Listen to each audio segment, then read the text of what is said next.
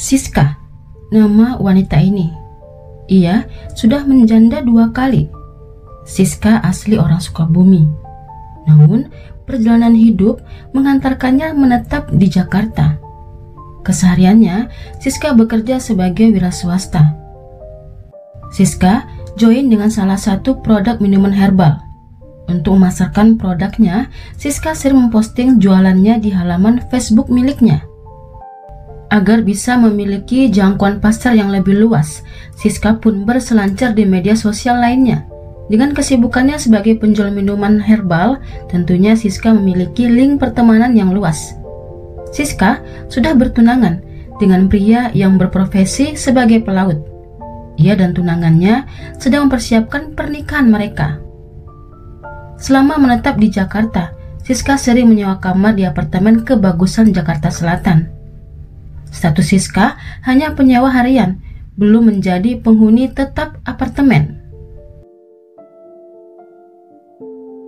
Pada tanggal 16 Desember 2018, Siska check-in di apartemen. Saat itu, Siska sendirian. Ia juga terlihat sehat dan juga bugar. Siska menyewa kamar yang ada di lantai 19. Kamar itu berukuran 22 meter persegi. Siska menyewa kamar itu seharga 300.000 per malam. Pada tanggal 18 Desember 2018 atau 2 hari setelah Siska check-in, ada 2 teman Siska berkunjung ke lantai 19 itu. Menurut temannya, Siska sudah 2 hari tak bisa dihubungi. Setibanya di depan pintu kamar, Siska tak membukakan pintu. Setelah diketok bolak-balik, pintu kamar tetap tak dibuka. Handphone Siska pun tak bisa dihubungi. Telepon kamar juga tak ada yang angkat. Setelah berbicara dengan pihak front office apartemen, akhirnya mereka memutuskan membuka pintu dari luar. Saat pintu kamar dibuka, tercium bau yang sangat menyengat. Setibanya dalam kamar, mereka menemukan Siska sudah tak bernyawa. Di sekitaran lantai, terdapat bercakan darah yang sudah mengering. Pada jasad Siska ditemukan 3 lubang tusukan dan di leher ada bekas jeratan. Jasad Siska juga ditemukan dalam kondisi tanpa busana.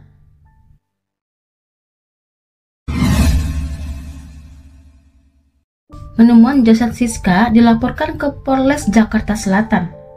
Polisi lantas melihat rekaman CCTV. Dari gambar CCTV, pada tanggal Siska check-in, yaitu 16 Desember 2018. Sekitaran pukul setengah 6 sorenya, Siska tampak bertemu seorang pria di depan kolam renang apartemen.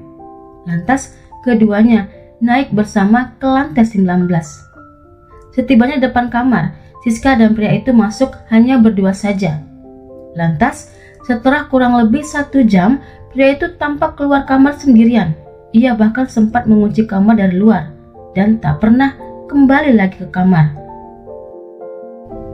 Entah sejak kapan Siska berkenalan dengan Hidayat, pria berusia 22 tahun yang berprofesi sebagai OB di apartemen Pondok Indah. Perkenalan Siska dan Hidayat dimulai dari aplikasi micet. Hubungan mereka di micet bukanlah perihal bisnis jual beli minuman herbal, melainkan bisnis hasrat. Jadi, Siska menyewa jasa Hidayat 2 juta per malamnya. Mereka pun janjian bertemu di depan kolam renang apartemen. Setelah berada di kamar, belum apa-apa, Hidayat langsung meminta uang 2 juta. Siska lantas menolaknya. Siska akan membayarnya jika setelah selesai berkencan. Namun, sepertinya dari awal Hidayat memang tak berniat untuk berkencan. Pria itu menolak ajakan Siska. Siska lantas mengamuk. Siska mengancam Hidayat jika tak ingin berkencan, ia akan melaporkan dirinya kepada sang istri. Hidayat pun emosi. Keduanya pun cekcok mulut. Emosi Hidayat tak terkendali. Saat ia melihat ada sajam di dekat TV, ia pun mengambil sajam itu dan lantas mengancam Siska. Siska pun melawan. Mereka pun berebut sajam. Hingga akhirnya Siska tersungkur di lantai dengan luka tusukan sajam dan bekas jeratan. Siska pun meninggal di tempat.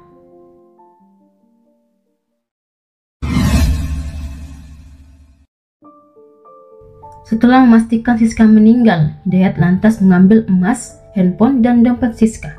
Lantas, ia pun kabur dan mengunci pintu dari luar. Setibanya di depan kuburan Poncol Cilandak, handphone Siska ia buang di sana. Sementara itu jaket dan sajam yang dipakai saat membunuh Siska ia buang ke Kali Tempe dekat gedung Jakarta International School. Untuk perhiasan Siska, Hidayat jual ke pasar Mede Fatmawati. Berdasarkan rekaman CCTV, polisi berhasil mengidentifikasi pelaku pembunuhan Siska. 4 hari setelah kejadian, Hidayat ditangkap di rumah orang tuanya di daerah Cilandak, Jakarta Selatan. Saat ditangkap, ia sempat bersembunyi di bawah tempat tidur. Sebelum dibawa polisi, Hidayat sempat minta maaf kepada ibunya. Maafin Dayat, Mak. Dayat sebenarnya mau bilang ke Emak, tapi takut. Atas perbuatannya, Hidayat dituntut pasal 338 KUHP dan 365 KUHP tentang pembunuhan dan pencurian dengan kekerasan. Hidayat diancam hukuman 15 tahun penjara. Sementara itu, menurut polisi yang memeriksa rekaman CCTV, selama Siska menginap di apartemen, Siska sering bersama pria yang berbeda-beda. Dan yang terakhir adalah dengan Hidayat. Hai semuanya, saya Yuni Rusli. Tentunya saya mengharapkan dukungannya agar channel ini bisa lebih berkembang. Karenanya, saya menunggu kritik dan sarannya. Kalau begitu, sampai di sini dulu kisah dan cerita kali ini. Terima kasih sudah menonton. Sampai ketemu di cerita-cerita lainnya.